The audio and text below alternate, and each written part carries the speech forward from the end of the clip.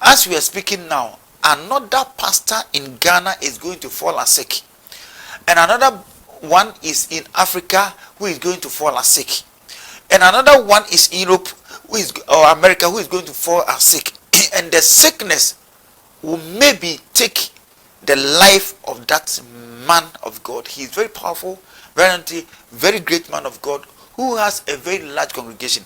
The man is going to pass on this year. This is a prophecy I'm giving to you. It's not something that we have to underestimate. And I make a semi now say, I think say Wednesday or Thursday. I think so.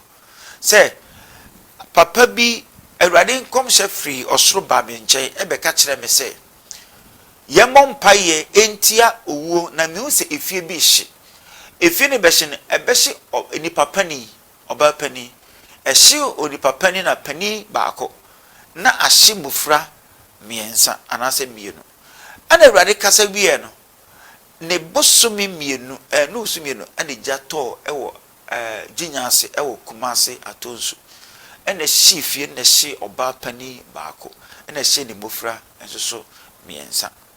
Now I confirm, thank you Holy Spirit, the message that God spoke through me, and I'm saying something to you.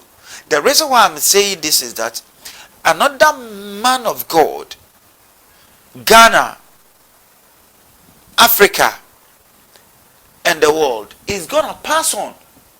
He's going to fall sick seriously and something critically like death.